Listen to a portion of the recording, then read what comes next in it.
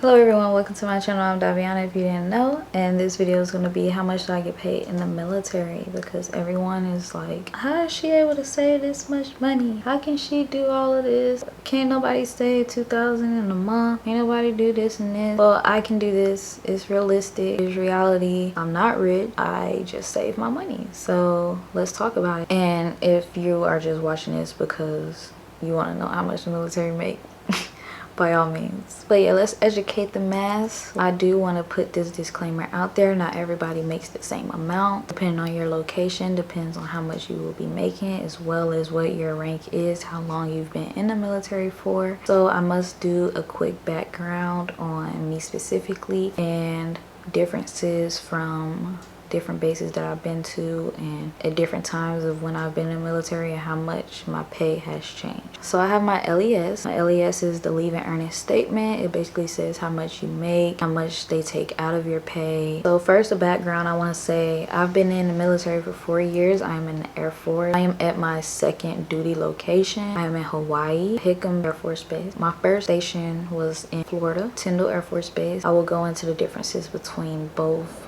pay wise, and yeah. Okay, there's different variations that include our total number of pay that we make.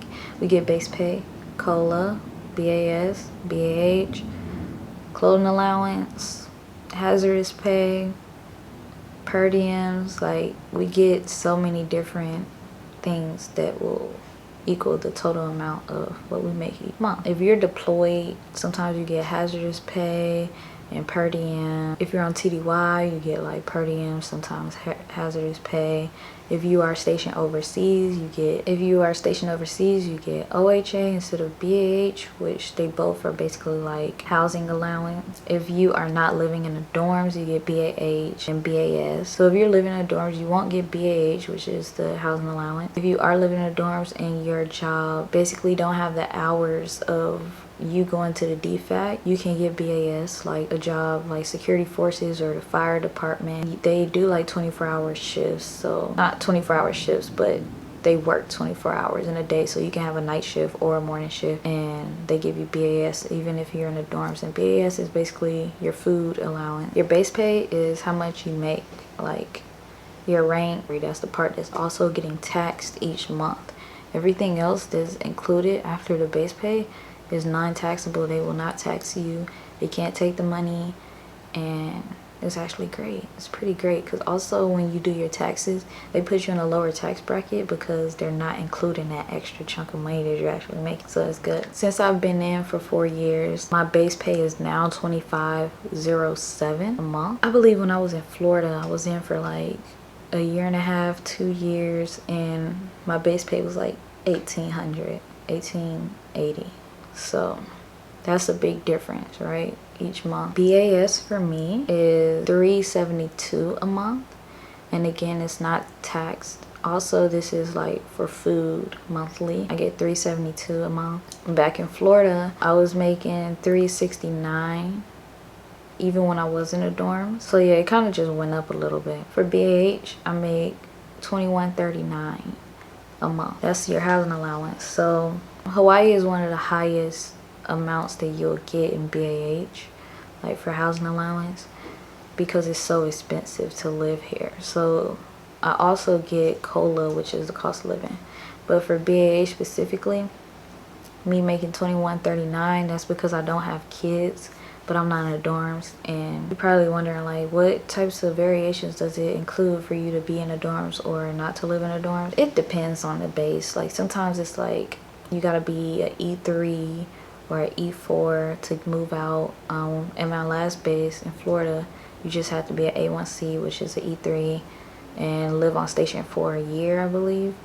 And here, I think it's E4, yeah, senior airman, or be in for 3 years, whichever comes first, or something like that. I think it's you have to be senior airman. But yeah, my BAH in Florida was $11.85.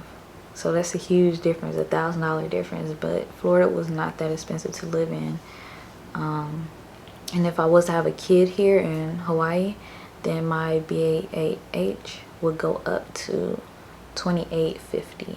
So that's a $700 difference. But no, that does not mean I'm about to just pop out a kid because I can be making $700 more.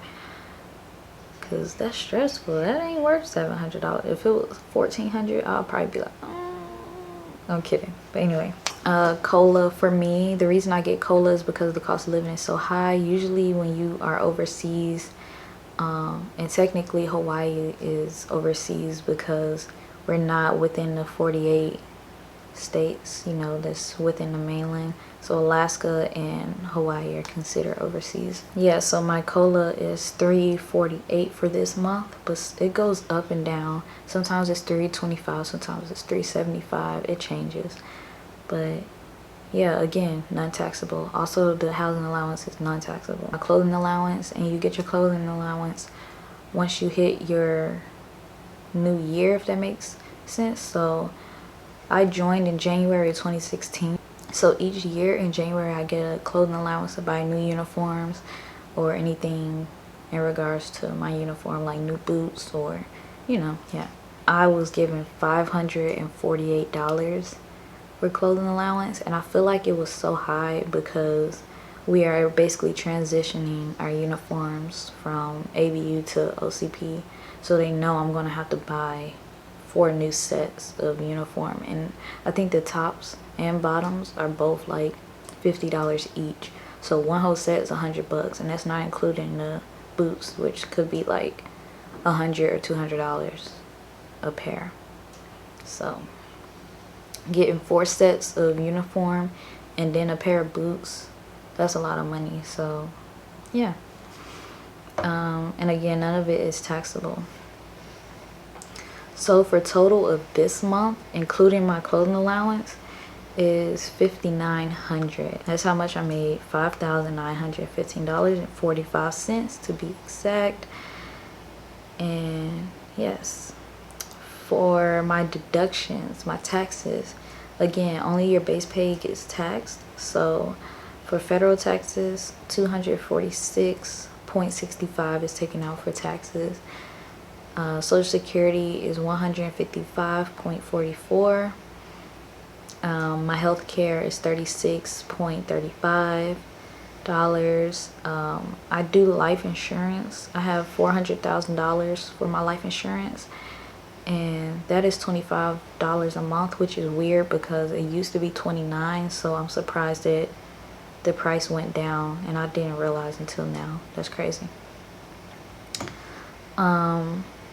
And for my Roth TSP, because I invest into my retirement plan, which is actually smart. If you don't have a retirement plan, think about getting a retirement plan. I can do a video on retirement plans if you want me to, but just let me know.